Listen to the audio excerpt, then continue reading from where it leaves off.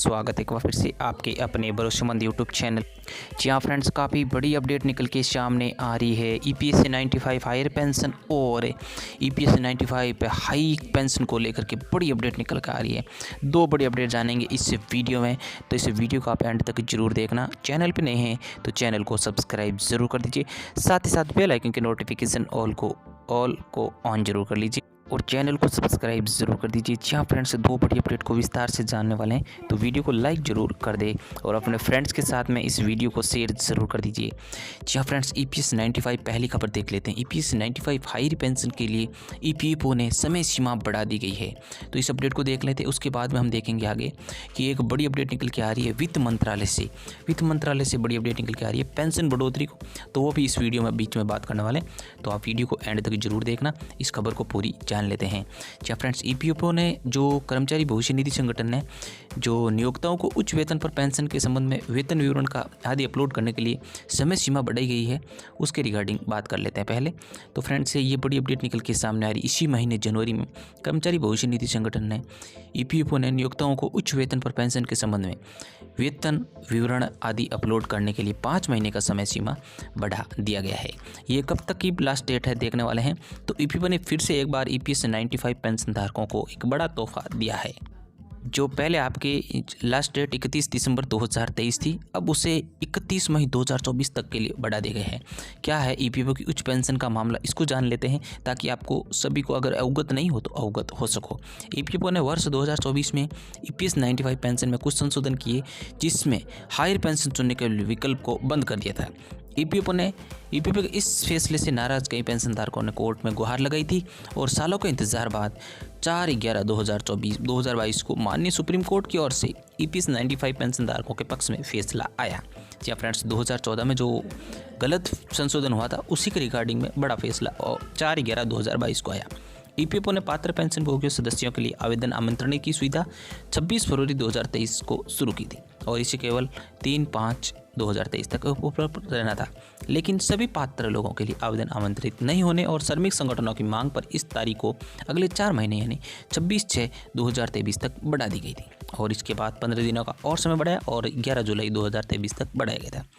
अब कितने आवेदन आए हैं तो टोटल 17.49 लाख आवेदन टोटल प्राप्त हो चुके हैं, जो 11 जुलाई 2023 तक। तो 3.6 लाख ईपीएस 95 पेंशनर्स आवेदनों का विवरण बाकी है, लेकिन नियोक्ताओं को उच्च वेतन पर पेंशन के संबंध में वेतन विवरण आदि अपलोड करने की जो अंतिम तिथि 30 सितंबर 2023 तक ऑनलाइन जमा करने के लिए 3 महीने की अतिरिक्त अवधि को 31/12/2023 तक बढ़ाने के बाद भी 3.6 लाख ईपीएस 95 पेंशन धारकों के वेतन विवरण संबंधित दस्तावेज अभी तक नियोक्ताओं की ओर से ईपीएफओ के पास नहीं पहुंचे और ईपीएफओ ने उच्च पेंशन मामले में 5 महीने की तारीख अब बढ़ा दी गई। तो आप 5 महीने तक, मतलब कि 31 मई 2024, इसी साल की जनवरी अभी चल रहा है और जनवरी से 31 मई 2024 तक का समय दिया गया है, तो आप अपने डॉक्यूमेंट अपलोड कर सकते हैं, जिससे कि आपकी पेंशन में बढ़ोतरी श्योर हो सके। तो फ्रेंड्स, यदि आप भी एक ईपीएस 95 पेंशन धारक है और आपका भी मामला नियोक्ताओं के पास पेंडिंग है, तो इन 5 महीनों के भीतर आप भी अपने उच्च वेतन संबंधित दस्तावेजों को पूरा कर नियोक्ताओं से वेतन विवरण संबंधित मामले का हल करवा सकते हैं, ताकि आपको उच्च पेंशन का लाभ आसानी से मिल सके। अब फ्रेंड्स, दूसरी बड़ी अपडेट निकल के सामने आ रही है वित्त मंत्रालय से, उस खबर को हम जान लेते हैं विस्तार से। तो वीडियो को आप लाइक कर दीजिए, चैनल को सब्सक्राइब जरूर कर दीजिए, बेल आइकन के नोटिफिकेशन ऑल को ऑन जरूर कर लीजिए। जहाँ फ्रेंड्स, ये भी बड़ी खबर जनवरी में ही निकल के आ रही है 2024 की, तो बड़ी अपडेट आपके लिए सभी के लिए। न्यूनतम पेंशन 7500 प्लस टीए की मांग जोरों पे है और इसी के बीच में वित्त मंत्रालय से बड़ी अपडेट निकल के आ गई है। वित्त मंत्रालय को प्रस्ताव भेज दिया गया है पेंशन वृद्धि का और इसके के बीच में हिंगोली में जो माननीय श्री भूपेंद्र यादव जी, केंद्रीय श्रम एवं रोजगार मंत्री, भारत सरकार से एनएचए के राष्ट्रीय अध्यक्ष कमांडर अशोक राव जी ने प्रतिनिधिमंडल के साथ मुलाकात की और ईपीएस 95 न्यूनतम पेंशन के लिए विस्तार से चर्चा भी की। इस चर्चा में मिनिमम पेंशन 7500 प्लस डीए बिना किसी भेदभाव को सभी पेंशनर्स को वास्तविक वेतन पर उच्च पेंशन का लाभ के लिए फ्री मेडिकल सुविधा की भी मांग पर चर्चा हुई है। जहाँ फ्रेंड्स, श्रम मंत्री जी के आश्वासन पर बंद हुआ था आंदोलन, ऐसा बात भी उनको बताई गई है कि ईपीएस 95 पेंशन धारकों ने अपनी मांगों को लेकर बीते दिल्ली के रामलीला मैदान और दिल्ली के जंतर मंतर पर 7 दिनों तक आंदोलन किया था और माननीय श्रम मंत्री जी से मुलाकात के बाद उनके ही दिशा निर्देशानुसार दिनांक 14/12/2023 को श्रम मंत्रालय दिल्ली में माननीय श्रम सचिव सुश्री आरती आहूजा जी के साथ संपन्न हुई बैठक व चर्चा के बाद आंदोलन को स्थगित कर दिया गया था। अशोक राव जी ने हेरका पेंशनधारकों का पक्ष जहाँ फ्रेंड से commander chief NSC chief commander Ashok Rao ji ने मांगे पूरी नहीं होने की वजह से श्रम मंत्री जी फिर एक बार मुलाकात की गई।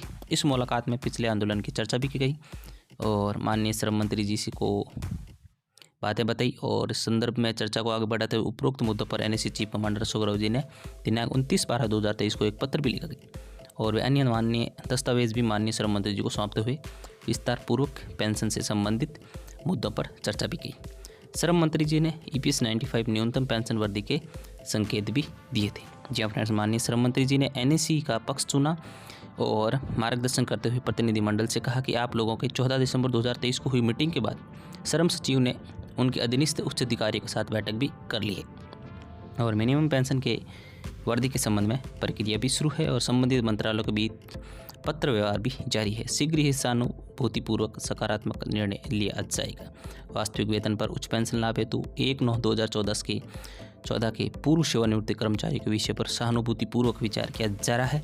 इस संदर्भ में प्राप्त आवेदनों पर नियोक्ताओं द्वारा अप्रूवल हेतु समय सीमा भी बढ़ा दी गई है और मेडिकल सुविधा की मांग पर सहानुभूतिपूर्वक विचार किया जा रहा है।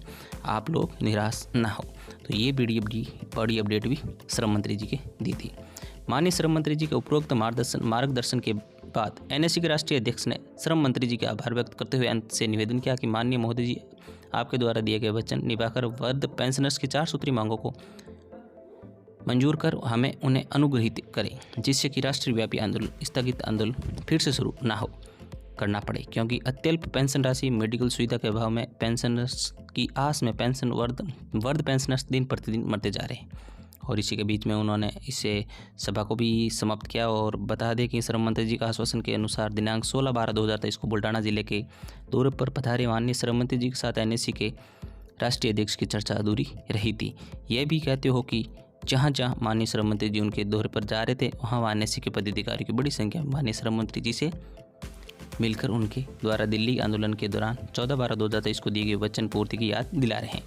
और इसी श्रृंखला के बीच में 24/12/2023 छत्रपति संभाजी नगर में दिनांक 30/12/2023 को ओडा नागनाथ में NSC पदाधिकारी माननीय श्रम मंत्री जी से मिले थे।